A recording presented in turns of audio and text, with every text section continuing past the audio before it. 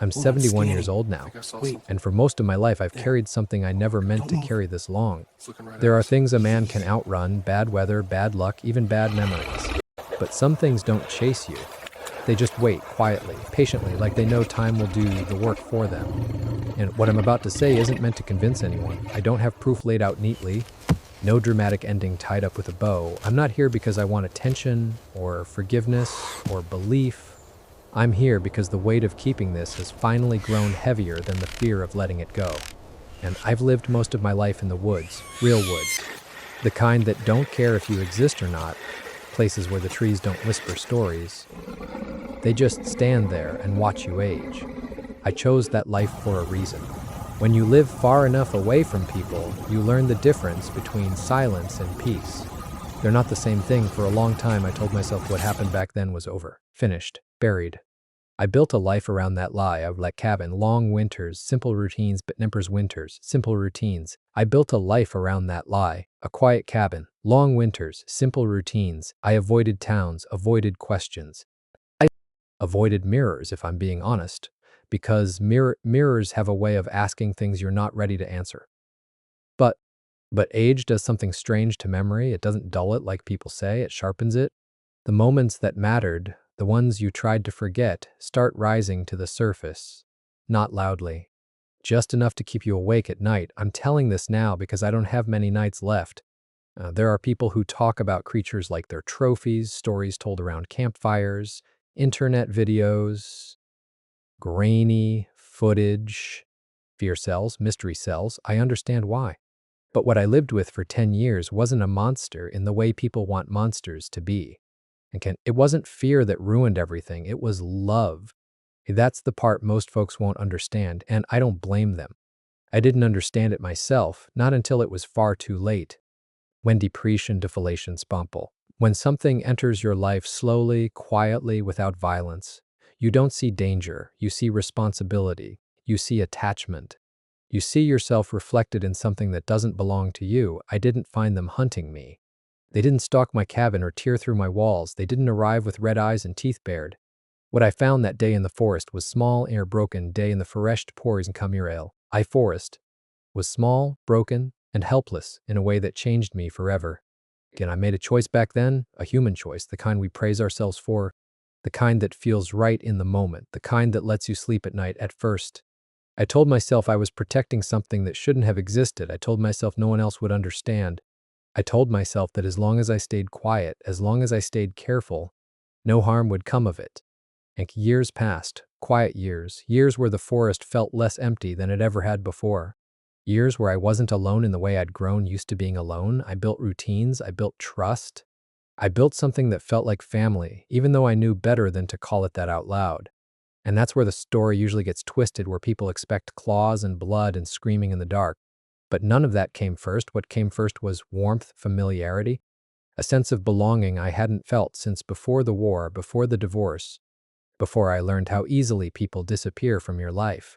And I loved them in the only way I knew how, and that's what makes the ending impossible to escape. Because everything that followed, every death, every scream, every empty mile of forest afterward can be traced back to that love. Not hatred, not greed, not curiosity, love. I didn't understand then what I understand now. And by the time I did, everything had already gone terribly wrong. I didn't always live this far from people. It wasn't something I planned when I was young. Isolation wasn't a dream I chased. It was something I slowly retreated into, one step at a time, after life showed me what it takes and what it gives back. I was drafted when I was barely old enough to understand what dying meant. The war didn't give me medals or pride. It gave me habits I couldn't shake. Waking up before dawn, listening for sounds that weren't there, measuring silence like it was a threat. I learned how fragile a man really is when you strip away routine and comfort. I learned how quickly a body can disappear and how slowly guilt settles in afterward. And when I came back, people said I was lucky. I didn't feel lucky. I felt misplaced, like I'd returned to a version of the world that no longer fit me. I married young, mostly because that's what you did back then. She tried? God knows she tried. But I wasn't good company. I carried the war into the house with me. I brought it to the dinner table. I brought it into bed. Eventually, she stopped asking what was wrong. Then she stopped waiting for me to come back emotionally. By the time the divorce papers were signed, we were already strangers. Not long after that, my brother died in a logging accident, crushed under a machine he'd worked with for years. One mistake, one moment of inattention. I remember standing at his funeral thinking how familiar it all felt. Men in silence represent his funeral. Hands folded, nobody knowing what to say. Loss had a shape by then. I recognized it immediately. After that, the city began to feel unbearable. Too many voices. Too many reminders of things I'd failed to protect. I wasn't angry at people. I just couldn't be around them anymore. They moved on too easily. They laughed too loud. They talked about futures I couldn't picture for myself. Kakadika fighters ever hintersida for forest berkenpiece t voice. So I bought a small piece of land near the edge of a national forest. No neighbors close enough to wave to, no road traffic after dark. Just trees, water, and seasons that didn't care whether I was having a good year or a bad one. I told myself it was temporary, that I'd stay a few years, clear my head, maybe come back different. I never left. The forest doesn't ask questions, it doesn't expect explanations. Out there, you can wake up every day and your only responsibility is to keep yourself alive. Chop wood. Check traps, repair what breaks, listen to weather, respect distance. It's honest in a way people aren't. If you make a mistake, the consequences are immediate. No arguments, no misunderstandings. My cabin was simple. One room at first. Later, I added another when my knees started acting up and I needed space to store supplies closer to the stove.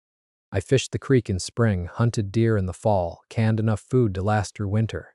I spoke to no one for weeks at a time, sometimes months. At first, the silence was uncomfortable. It rang in my ears at night. I'd catch myself listening for artillery that wasn't coming. But over time it softened. Silence stopped feeling empty. It felt neutral, safe even. The kind of quiet where your thoughts don't have to perform. Loneliness didn't arrive all at once.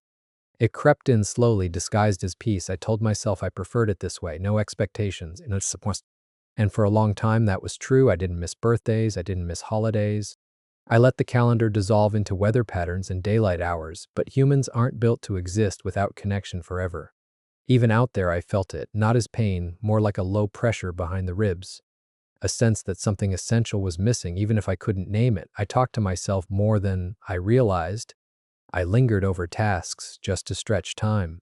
I paid attention to animals the way some men pay attention to neighbors. The forest itself was vast and indifferent. Beautiful, yes, but not comforting. Trees don't care if you're lonely. Rivers don't slow down because you're tired. The land doesn't acknowledge your presence beyond the tracks you leave behind. That indifference was part of the appeal. It matched how I felt inside. Years passed like that, predictable, quiet, survivable. Nothing felt wrong. Nothing felt threatened. If you'd asked me back then, I would have told you my life had finally settled into something manageable. A rhythm I understood, a balance between effort and rest, between solitude and sanity. That was the calm before anything changed. And I didn't know yet how fragile that calm really was. The first sign wasn't something I saw, right? It was something I heard. I'd been living out there long enough to know the forest by its sounds. Wind moving through spruce needles had a certain hush to it. Elk made a low, hollow noise when they passed through the valley. Even predators followed patterns, distant, purposeful, never careless. What I heard that morning didn't fit any of them. It was a sound like breathing, but wrong somehow. Too heavy, too deliberate, trying to stay quiet abreast, too deliberate, not panicked, not aggressive, just present, like something large trying to stay quiet and failing. I remember standing still with my hand resting on the axe handle, not because I felt threatened, but because habit told me to pause. In the wilderness, sudden movement is how mistakes happen. I listened. The sound came again, closer this time, followed by a soft scraping against bark. Not claws, at least not like any I'd heard before, more like fingers dragging slowly, testing the surface. I didn't feel fear then, that part were small feeder. I didn't feel fear then, that part surprises people when I tell it. Fear came later. What I felt at first was confusion, the kind that makes your thoughts slow down instead of speeding up. And I stepped off the trail, careful with my boots, easing toward a stand of young firs where the sound seemed to come from. The light was thin there, filtered through overlapping branches, and the air smelled damp and old, like rot that had been undisturbed for years. That's when I saw movement. Something shifted low to the ground, then stilled again. I couldn't make sense of its shape right away. It was too tall to be a bear cub, but too hunched to be a man. The outline was wrong, long in the arms, narrow through the waist, shoulders set higher than they should have been. What struck me first wasn't its size, it was how carefully it moved. Okay, this thing wasn't crashing through brush or acting on instinct. Every motion looked measured, almost restrained. Like it was aware of the space it occupied and didn't want to disturb it more than necessary. I saw fur dark and uneven, matted in places like it had been sleeping in wet ground. Beneath that fur were limbs that bent at angles I couldn't immediately name. The legs were longer than mine, the knees higher, the feet planted flat but angled outward slightly, as if balancing took effort. Its head was lowered, not hidden, lowered, and when it lifted just enough for me to see the side of its face, I felt something tighten in my chest. The face wasn't animal the way we're taught to think of animals. The muzzle was shorter, the jaw heavier. The eyes, I only saw one clearly, were set forward, not to the side, dark, focused. Not startled by my presence, just watching. I should have backed away then. That was the sensible choice. Every lesson I'd learned, every year I'd survived out there, pointed to one rule. If you don't understand what you're looking at, create distance. But there was something else. A sound came from behind it, thin, weak, almost lost in the forest. Another breath, smaller this time, a whimper maybe, or something close enough that my mind filled in the rest. That's when I noticed there were two of them. The second shape was smaller, pressed low against the earth, barely moving. Its fur was lighter, thinner. It trembled, not violently, but like something conserving energy because it didn't have much left. In that moment, the situation changed inside me. It stopped being about danger and started being about choice. And I told myself I was imagining things, that grief and loneliness can project meaning where there isn't any. But the longer I stood there, the clearer it became that whatever these creatures were, they weren't hunting. They weren't stalking, they were hiding, and one of them was hurt. And I don't know how long I stood there debating myself. Seconds, maybe minutes. Out there, time doesn't behave the way it does in towns. It stretches when you need it to. I remember thinking if I walk away, they'll disappear into the forest, and this will become just another strange thing I never explain. If I stay, I cross a line I might not be able to uncross. I took one step forward. The larger one reacted instantly, not with violence, but with positioning. It shifted between me and the smaller shape, shoulders rising, posture widening, protective, not aggressive, a warning without sound. I raised my hands slowly and lowered the axe. I didn't speak. Words felt wrong. Instead, I backed away half a step and sat down on a fallen log, putting myself lower, smaller. That was the first act of trust from both sides. Over the next hour, neither of us moved much. The forest breathed around us. Eventually, the larger one eased back just enough for me to see the smaller creature clearly, twin shapes. Same structure. Same eyes, one stronger, one struggling. I don't know why I did what I did next. Maybe it was habit. Maybe it was the part of me that had already lost too much. I left and came back with water and food, and when I returned, they were still there. No, that was the day I gave them names, not aloud, just inside my head.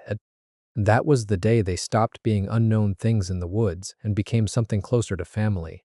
And I didn't yet understand what that choice would cost all of us. What happened after that first night didn't feel like a miracle. It felt like work, quiet, careful work. The kind you do alone without telling anyone, because you don't have the language to explain it yet, even to yourself. I started small, food left at the same place, every evening, always the same time. Always the same distance from the tree line. I made sure the smell carried, but not too far. Meat scraps at first, later, whole cuts I could barely afford. I didn't watch directly. I learned early that being seen too closely made them hesitate.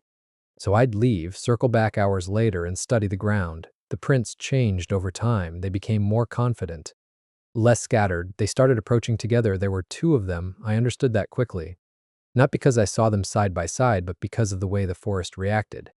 One presence bent the space around it. Two created a rhythm, a pattern. Even before I knew what they were, I could feel that they were different from each other. The smaller one, lighter in step, quicker to retreat, was cautious, always hanging back, watching from cover. The larger one moved with certainty. When it came forward, it did so deliberately, as if the ground itself had agreed to make room. I didn't name them right away. Naming felt dangerous, like a claim. But over time, names came anyway, the way they always do when something stops being abstract. And I called the quieter one Eli. The one that placed itself between me and the woods whenever I lingered too long, I called Samuel. I didn't tell myself why those names came, I just accepted them. Days became structured around them. Mornings were for preparation, afternoons for repairs and work I pretended still mattered. Evenings belonged to the clearing. I learned how far I could go without causing tension, learned the difference between curiosity and warning, learned that they noticed everything, the direction of my approach, the weight of my steps, the way my shoulders set when I was tired or angry.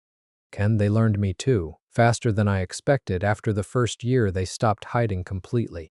They didn't come close, but they stayed visible, always at the edge, always in the open, just enough to be undeniable. Their bodies were taller than a man's, but leaner than the stories would have you believe. Long arms, long legs, fur that wasn't uniform, thicker along the spine, thinner at the joints, almost worn down where skin and movement met most often. And their faces were what unsettled me most, not because they were monstrous, but because they weren't. The eyes sat forward, not prey, not predator in the way we understand it. Something watching with intention. Something and go trusted and arrive all at once. It built in layers, distance shortened by inches, not feet. A year passed before Samuel crossed the line where the shadows ended. When he did, he didn't rush. He stood there, chest forward, head slightly lowered, waiting to see what I would do. I did nothing. That was the first time I realized this wasn't about feeding them, it was about restraint. They began to follow routines without being taught, appearing at dusk, leaving before full dark, never approaching the cabin itself. When storms came, they vanished completely. When snow fell, they returned first, long before the deer or elk. Their tracks cut clean paths through drifts no man could walk without sinking. Ellie was the observer, always tilting his head, always shifting his weight as if ready to disappear. Samuel was the anchor. If Eli moved too close, Samuel would position himself between us. Not threatening, just firm. Protective in a way I recognized because I'd felt it before in men who had decided something was theirs to protect. In men who had decided something was theirs to guard. Years passed like that, quiet years, good years if I'm honest. The kind of years where loneliness loosens its grip without you noticing. I stopped talking out loud to myself. Stopped marking days. I measured time by their growth instead, by how Eli's steps grew longer, by how Samuel's presence filled more space. Even when he stood still, I hid them without meaning to.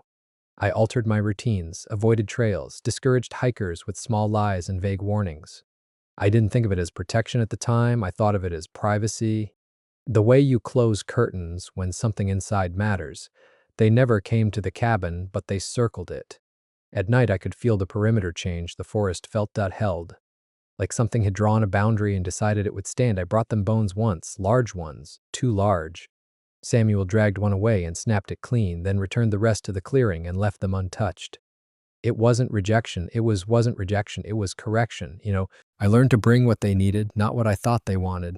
There were moments, quiet, fragile moments, when Eli would sit, not crouch, sit. The way a person does when the weight of standing no longer feels necessary. Those moments felt sacred. I never moved when it happened. I never reached. I never spoke. I just stayed. I started referring to them as the boys in my thoughts. I didn't realize how far I'd gone until that word felt natural, until the forest felt empty on the rare days they didn't appear. 10 winters came and went, maybe more. Time blurs when nothing interrupts it, and nothing did. No attacks, no signs of aggression, no reason to believe the balance would ever tip. But balance isn't peace. I understand that now. The first unease didn't arrive with violence. It arrived with curiosity. Eli began ranging farther, crossing areas he'd never touched. Samuel watched him more closely. Watched me too. There were nights when he stayed long after Eli retreated, standing just inside the tree line, eyes fixed on the cabin. Not angry, assessing. I told myself it was nothing. Growth, maybe. Independence. I'd seen it before in people. In children who realized the world is larger than the space they were protected in. Still, something had shifted. The routines held, but they felt thinner, like ice at the edge of thaw. I didn't stop what I was doing. I didn't change course. I told myself that if danger came, I'd feel it clearly. I didn't understand then what I understand now. The forest hadn't grown quieter. It had been holding its breath. It took years before the fear arrived. Not the sharp kind that makes your heart race, but the quiet kind that settles behind your eyes and refuses to leave. By then, the routines were so familiar that I no longer questioned them. I thought I understood the limits of what I was dealing with. I was wrong.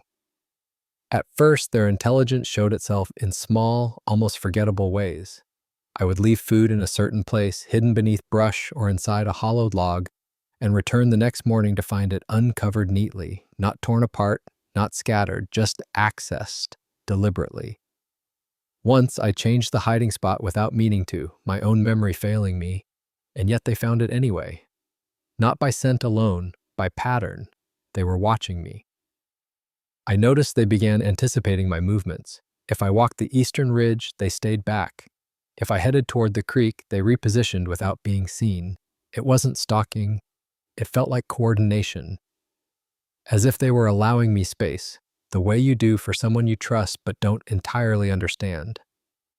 The larger one, the dominant twin, started using objects.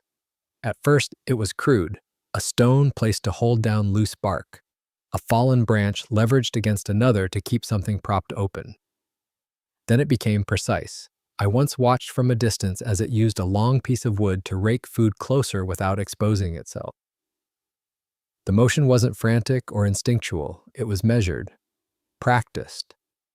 That was the first moment I felt something shift inside me. Animals solve problems, I knew that. I'd hunted most of my life.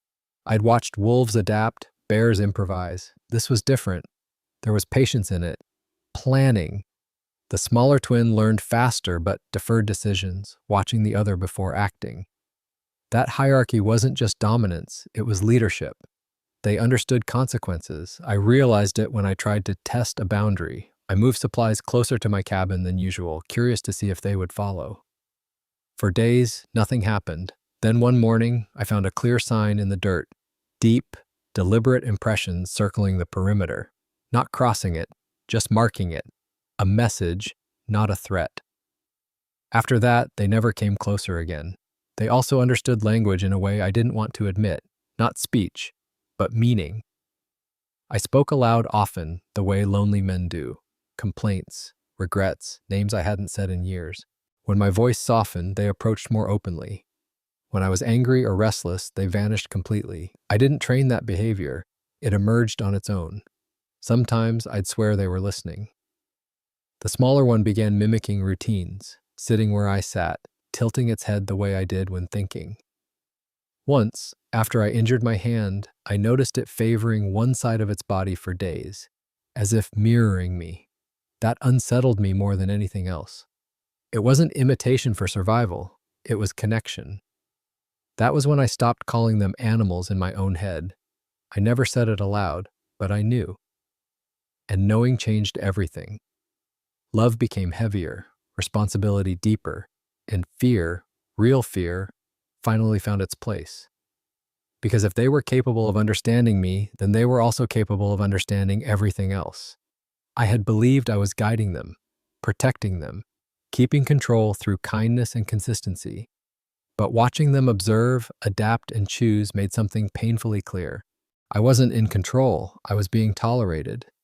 And I didn't understand then what I understand now, that intelligence doesn't always seek peace, and affection doesn't erase instinct. The forest hadn't gone silent because it accepted us. It was waiting. I wish I could tell you there was a single moment when everything shifted. One clear line between the years of quiet routine and what came after. But that isn't how it happens. Decay is subtle. It moves the way rot does in a beam of wood, slow, hidden, easy to ignore until the structure gives way. The first change was territory. At first, it made sense. As they grew larger, stronger, more aware, they began marking the edges of the land around my cabin. Scratches appeared higher on trees than before. Paths I used every day felt watched. Not threatening, just claimed. When deer stopped passing through certain clearings, I told myself it was seasonal migration. When smaller predators vanished, I assumed balance was shifting like it always does in the wild. I didn't want to admit the forest was shrinking around me. Their behavior toward outsiders changed next. On the rare occasion a hiker strayed too close, I noticed how they positioned themselves, always between the stranger and my cabin. Protective, I thought. Loyal. I told myself I should be grateful. I didn't think about the low sounds that came from them afterward. Not growls, something quieter, something measured. Then there were the disappearances, nothing dramatic at first. Missing livestock from distant farms, dogs that wandered too far and never came back. I read about it in local papers, folded and months old. Predators, the article said. Bears, cougars. I wanted to believe that. I needed to. Because acknowledging any other possibility meant acknowledging my own part in it. Their personalities sharpened with time. The gentler one, the one who had always lingered near the cabin, remained familiar, curious, almost patient. But the other grew distant. He watched from farther away. He challenged me without challenging me, standing taller, holding eye contact longer than before. Testing, in his own way, where I stood, and I let him. That's the truth of it. I mistook tolerance for trust. I mistook history for safety. I thought years of routine meant permanence. I didn't understand that intelligence doesn't freeze a creature in time. It evolves, it adapts, it questions. I started hiding things from myself. I avoided certain parts of the forest. I stayed closer to the cabin. I spoke less.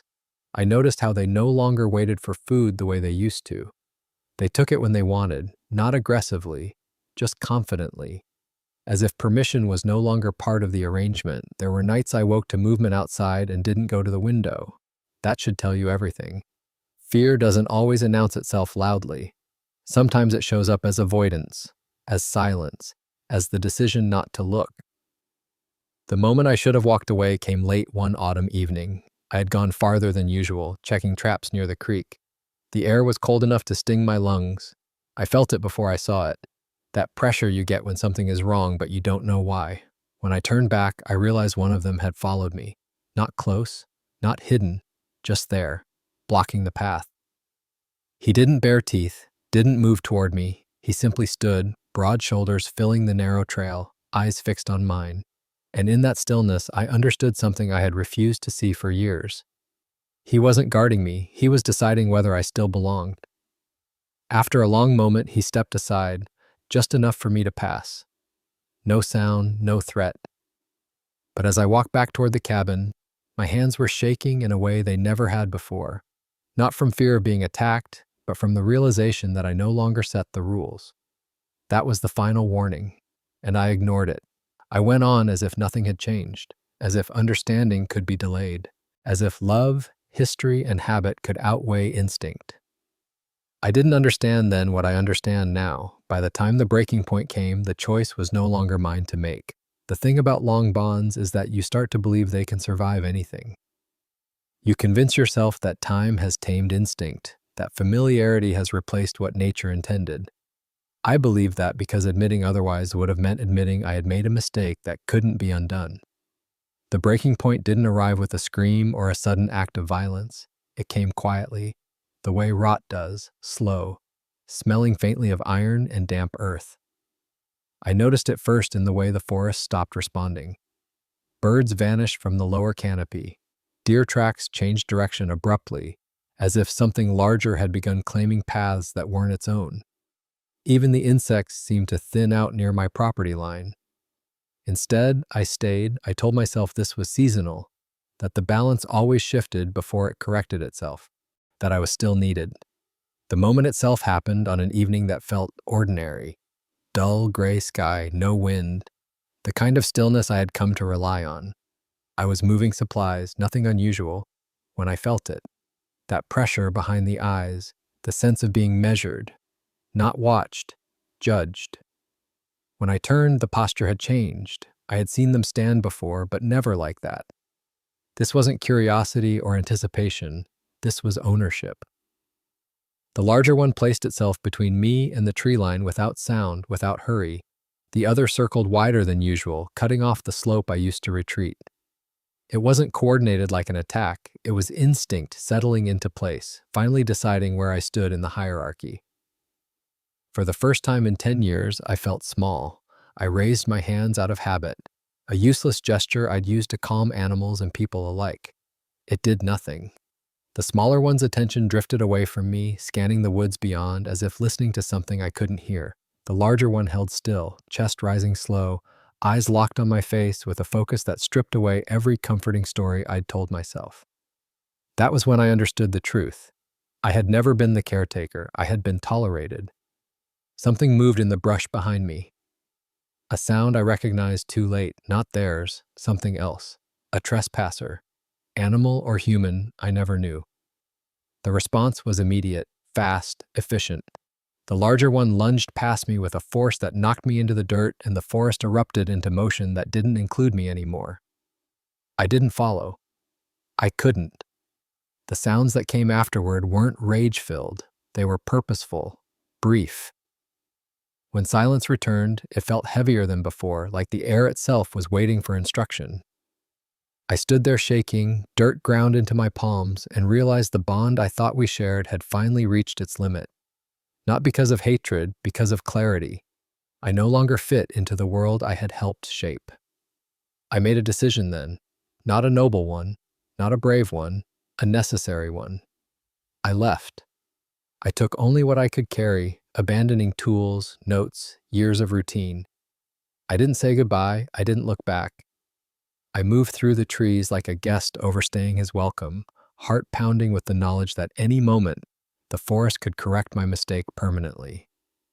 Nothing followed me. That hurt more than anything else. Because as I crossed the boundary I'd once believed I controlled, I understood something that will never leave me. Everything I built over a decade collapsed not because of violence, but because I finally saw the truth. Love hadn't changed what they were. It had only blinded me to what I was. I don't remember how long I sat there after it was over. Time stopped behaving the way it used to. The forest didn't rush back in the way I expected. There was no sudden silence, no dramatic calm, just the same wind through the pines, the same birdsong drifting somewhere far away. Nature didn't pause to acknowledge what had been lost. It never does. What I do remember is the weight in my chest. It wasn't fear, it wasn't shock, it was grief, raw and immediate. The kind you don't prepare for because you never allow yourself to believe it's coming. One of them was gone, not missing, not hiding, gone in a way that leaves no room for hope.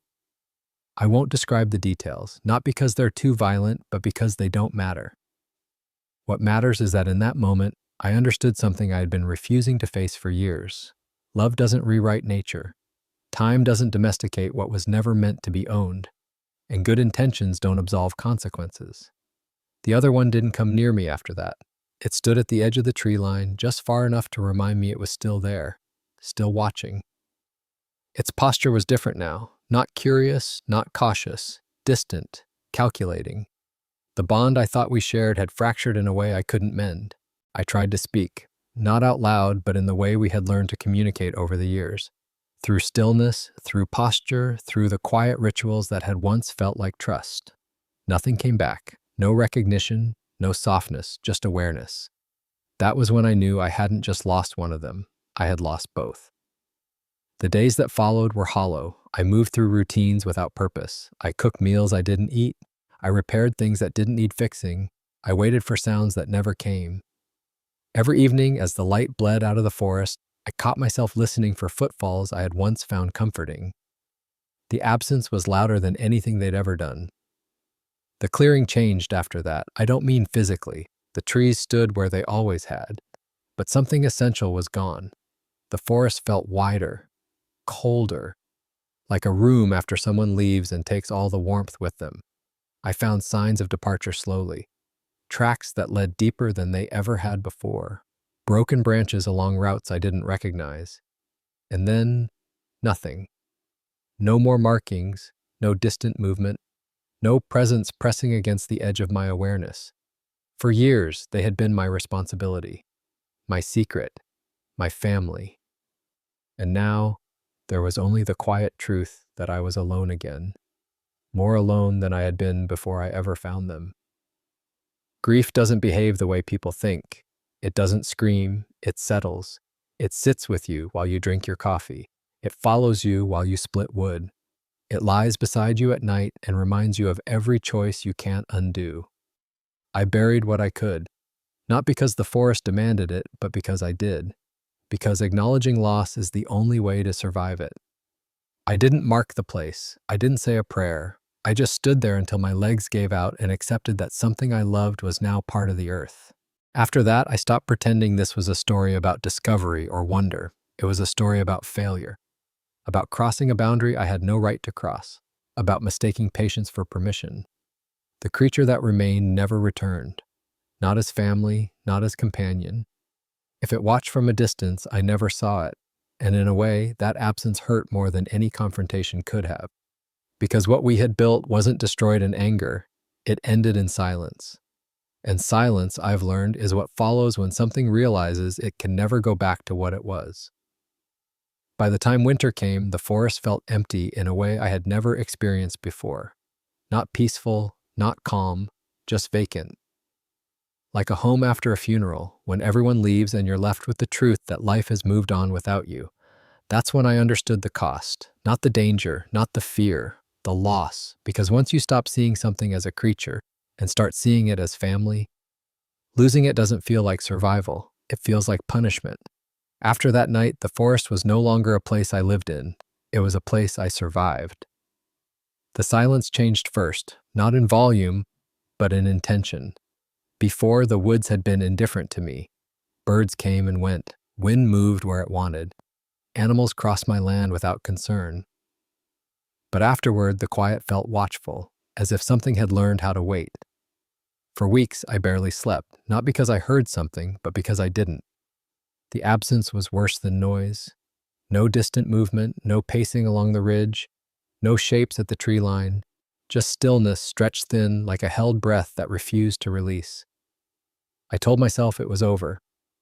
That loss had finally drawn a line between past and present, that whatever bond I'd broken had broken completely. But the forest doesn't forget patterns. I began finding signs that couldn't be explained by animals I knew. Tree limbs snapped clean, not torn, large stones moved uphill, placed deliberately where I would notice them. Not traps, not threats, markers, reminders. Once, I found my old lantern sitting upright at the edge of the clearing. The same lantern I hadn't touched in years. The glass was intact, no scratches, no mud, just placed there like it had been set down carefully. I didn't pick it up. I stopped walking at dawn, stopped fishing, stopped leaving tracks that could be followed. I lived smaller, quieter, as if shrinking myself might make me less visible, less remembered. But memory doesn't rely on size. There were nights when I sensed movement just beyond the tree line, not rushing, not stalking, observing. I never saw a full shape again, just partial truths. A shoulder passing behind a trunk, a silhouette breaking the moonlight for half a second too long to be coincidence. Once, during winter, I found tracks in fresh snow, only one set, larger than anything natural. They stopped 20 yards from my cabin, didn't approach, didn't retreat, just ended. As if the thing that made them had stood there for a long time, and then decided to leave. That was when fear finally replaced grief. Not the sudden kind, the kind that settles in your bones and teaches you new habits, teaches you which boards creak too loud, which hours belong to you and which don't, which memories you're allowed to revisit, and which ones will punish you for remembering. I never felt anger from it. That's what people don't understand when they ask me if I was hunted. There was no rage, no revenge. What lingered felt closer to mourning, or recognition, like something that once trusted me now knew exactly who I was. There was one final moment. I've never spoken about it until now. Late autumn, fog thick enough to swallow sound.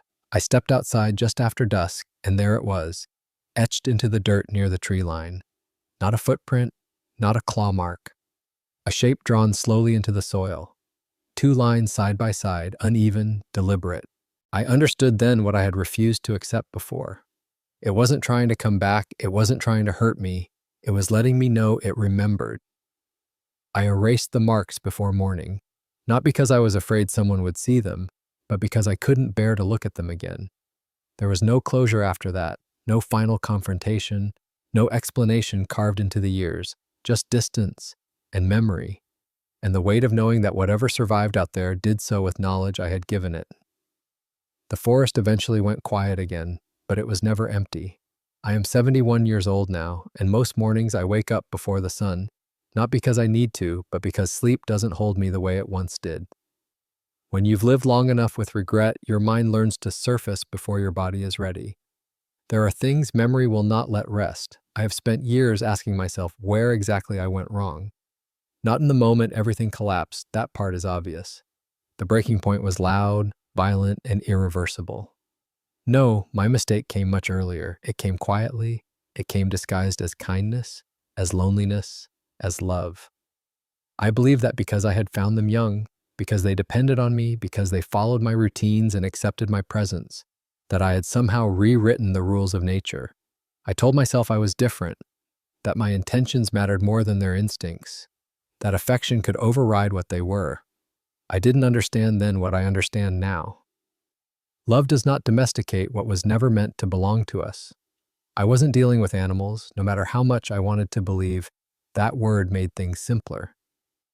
And I wasn't dealing with monsters either, despite what fear would later suggest. What I lived beside was something intelligent, ancient, and self-directed, something that tolerated me until it didn't. And tolerance is not the same as trust. When you live in isolation long enough, your judgment bends. The forest doesn't correct you, it doesn't argue, it just allows you to keep making the same mistake until the cost arrives. I mistook silence for permission, survival for harmony, routine for peace. I told myself that because no one else was around, no one else would be harmed. That was another lie I didn't recognize at the time. Harm doesn't need witnesses to exist, it only needs inevitability. After everything ended, I stayed longer than I should have. Part of me believed that leaving would make it all real in a way staying didn't. The cabin felt hollow, like a structure that had lost its purpose. Every sound in the trees made my chest tighten. Not with fear at first, but with memory. Then fear followed soon after. I never tried to replace what I lost. I didn't seek another bond, human or otherwise. Some absences are not meant to be filled. They're meant to remain as markers, warnings etched into the rest of your life.